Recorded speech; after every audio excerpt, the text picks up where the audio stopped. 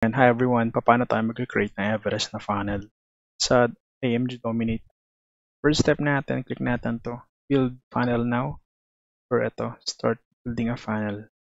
So kahit sa alin man sa dalawa dito, mag-work siya. Dito na lang.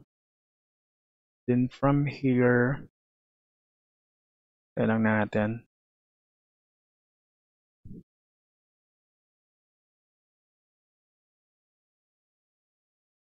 Lang natin siyang mag-load. Tapos click natin to lead magnet funnel. So,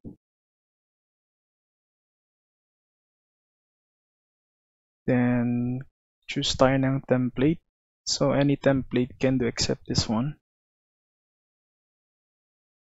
Ito na lang cash flow.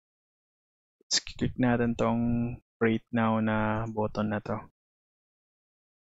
Then, ito naman site ID, pangalanan mo.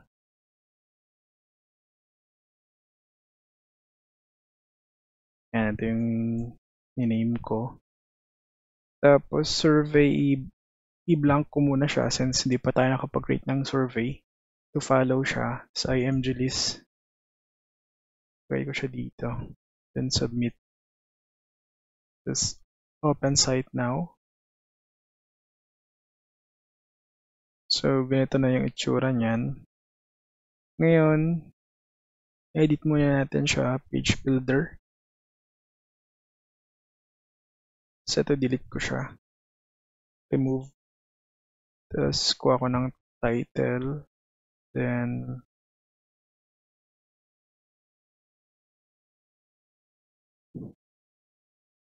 hanap tayo dito.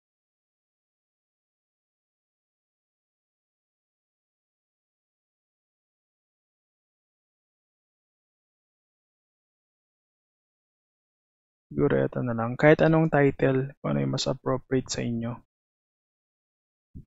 Yan. Tapos lagay ko yung caption dito. Hina-highlight ko siya. Tapos ito. Bold font. Tapos delete ko na lang ito. Tapos ito yung picture. Click mo tong picture na to. Image. Select image. Then browse mo kung saan mo sinave yung picture. Ito yun. Apply changes.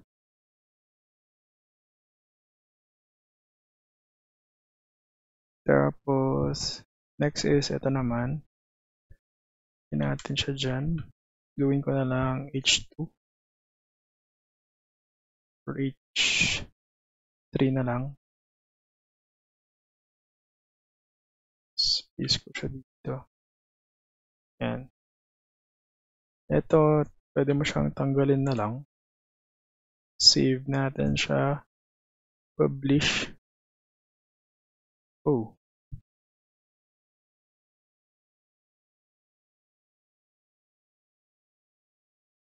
Nag-error siya, guys.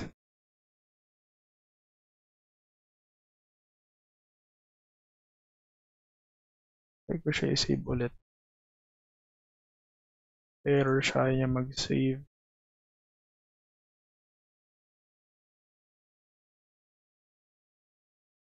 May mga cases kasi na ganun eh. Baka may system maintenance or something. Ayaw niya.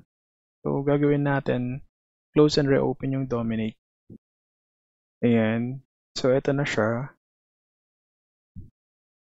Ngayon, delete natin yung nandito. Tapos, next na gagawin mo, ito, punta ka dyan, source. Mapapansin natin dito sa mobile number, hindi kasi siya required. So, kunin mo to. Tapos, punta ka dito. Press mo yung space bar. Control Victory. Control V. Then, click tong save. Save now, publish. Yan. So, try natin.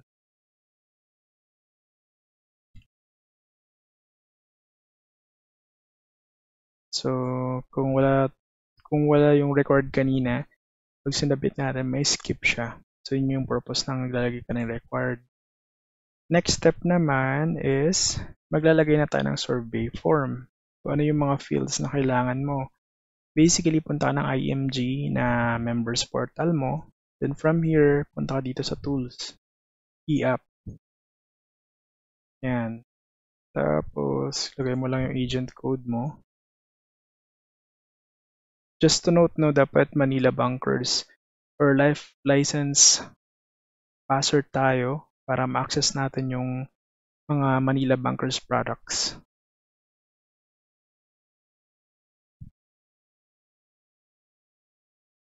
And wait lang natin, medyo matagal lang siya. Then from here, click natin to, new proposal. Sanapin mo yung ito, Everest. Basically for Everest Memorial and the Memorial Solution Plus. Ito for Philippine base, pwede mag-avail. Whereas kung itong Everest Memorial Solution GRP, ito kasi single. Isa lang yung pwede mag-avail dyan. Then for Memorial Solution Plus, pwede ka mag-assign ng assignee hanggang 3. So, ito na lang kunin natin dito. Lalagay mo yung agent code mo dyan kung license ka na. Then click mo yung yes. Tapos, I agree. Kunin natin itong mga specific na fields dito. Okay. Yung dito. Tapos, kuha ka ng notepad. Yan. Dito ko lang. Paste mo yung kinapi mo. Tapos, i-delete mo yung mga duplicates.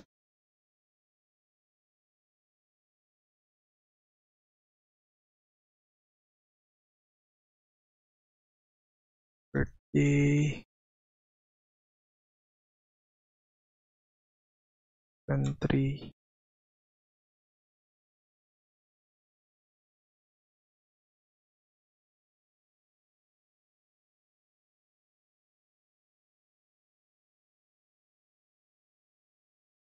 So, dito,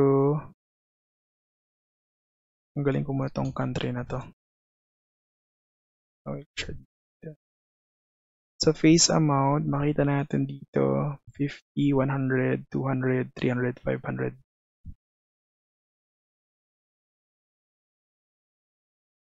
So, kunin natin siya.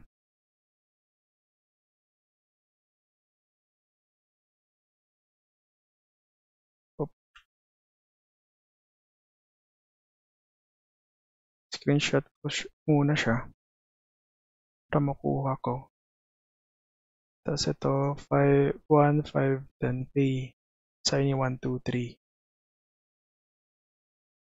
Quarterly, semi-annual, annual. So,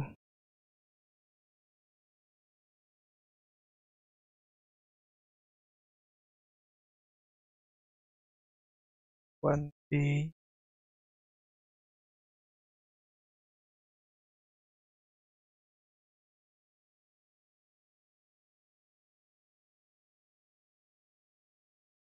Quarterly, semi-annual, annual.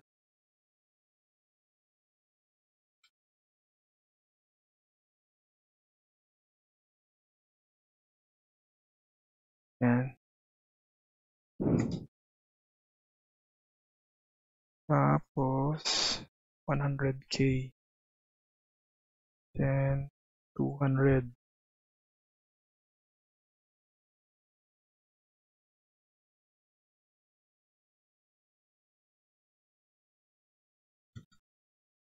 $700. Then, 1 million. Tapos, check din natin sa pag-GRP naman.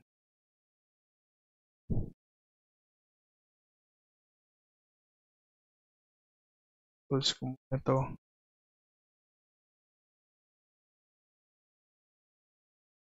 Same lang din naman siya, yung format. So, ang gagawin ko, ito sa notepad, yung country, are you na FW? So, yes or no naman to yung option.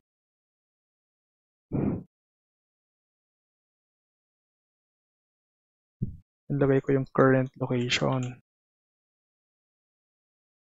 So, kinustomize natin yung dalawang field. Para in case na kung OFW siya,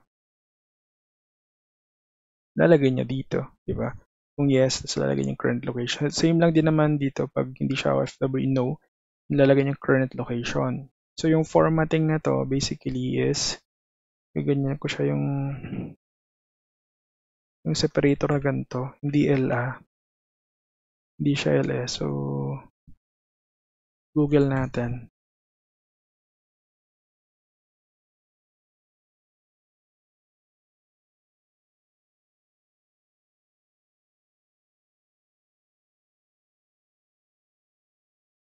Ito, vertical bar. Sa baba siya ng backspace. Sa keyboard natin. Okay, shift mo. Kasi pag ganyan, hold mo yung shift sa keyboard mo, tapos press mo lang siya. Okay, so yung formatting niya basically is ganito. Tapos, kunin mo yung amount, paste mo dyan. Copy, paste ko ulit yun. Vertical bar sa amount para hindi na ako mahirapan. And same dito. And this one. And this one.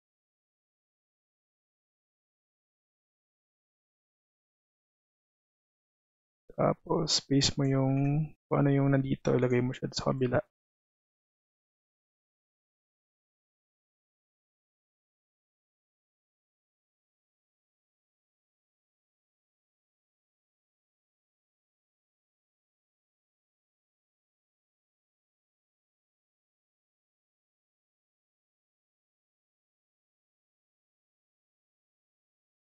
Yan, medyo matrabaho lang siya.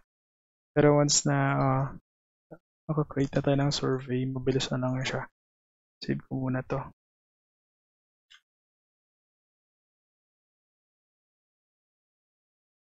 Tapos balik na tayo. Goods na tayo dito. Close ko na to. Tapos balik ako dito sa Dominate Tool. Ngayon, click ko itong survey. Considering na mag-create tayo ng survey form. Okay? So, click mo yung survey. Then, wait lang natin siyang mag-load. Tapos, hanapin mo yung add new survey na button. Ito. Yan. Click mo yun. Tapos, gawa ka ng title. So, kung ano yung nilagay mo doon sa website name mo, ito. Same na lang din. Then, next step, click mo itong add a question. So, kung anong nilagay mo dito sa notepad mo, may first name, middle name, and all. So, lagay mo dyan, first name, description, similar to that. Tapos, ito, mag-iiba siya dyan. Order rank, so 1 muna siya. So, okay mo lang. Next is add question 2. So, rank 2. Middle name. And 3.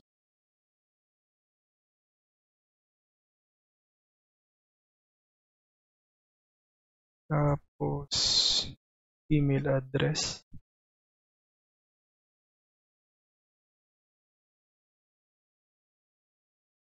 And let's add question 5. Bayan mo lang yung field type for mobile number. Ano lang numbers. Submit. Tapos, next. 6. Birth date. Same with birth date. So, ibayin mo yung field type. Basically, ito, date. Yung pipiliin natin. Then, submit. Add question. 7. Face amount. So, sa face amount, pili tayo dito ng select single.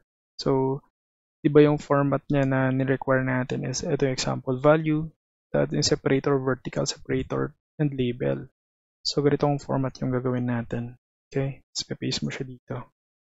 Tapos, submit. Add question next. So, pang ilan na to? Pang 8. Number of assignee. Tapos dito, select single. Then, paste natin to. Yan, submit. Add question 9. Okay, period. Same lang din siya, select single.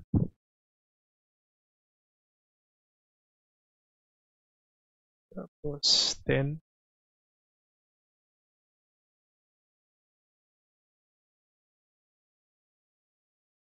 Mode of payment.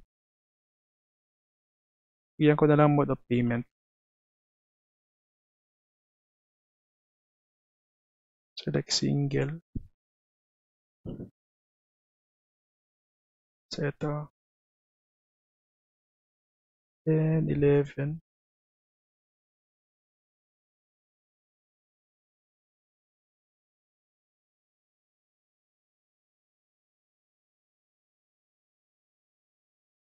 Tapos, yung field type, select single. Submit. Tapos 12. Current location. So ito, short answer, submit. Then okay na tayo, click natin tong submit na button na yan. Yan. So balik tayo dito sa my funnel. Okay. Then click natin to, site settings. Tapos di ba makita natin na may survey dito na drop down. So hanapin mo yung create mo dito. Ito yung create natin. Everest Memorial Solutions. So pagka-click, select mo, click mo itong update na button. Yan. Close ko to, then open ko to. O siya. Yan. Ganyan na siya. Okay. So ngayon, tetestingin mo siya kung okay ba yung pinagagawa mo. Okay. Mag-key in tayo or fill up ng data dito.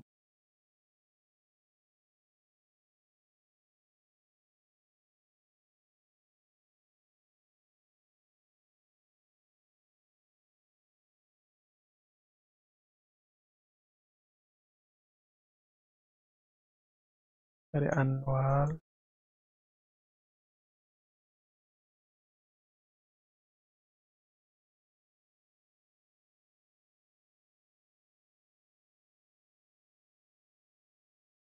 Birthday.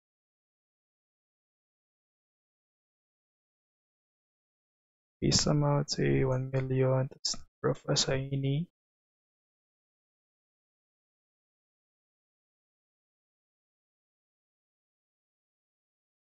Okay, period ko yan. Siguro yung number of assigned, nagyan ko na lang din ng 0. So, edit ko muna siya. Click ko dito sa Dominate Tools. Survey. Para at least kung 0, ibig sabihin single siya na wala siyang ina-assign. Okay.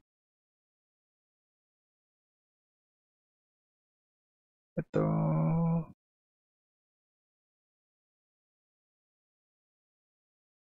Zero. Submit. Then, submit. Yan, try ko itong fill upan. Try ko refresh, Control R or F5.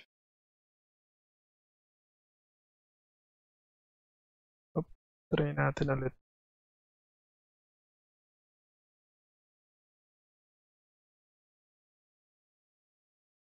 Yan, nandito na siya, yung number of assignee.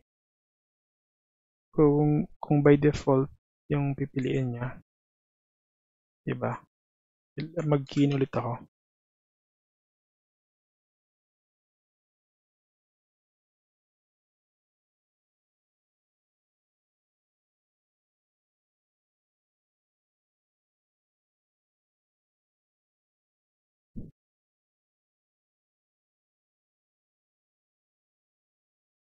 So,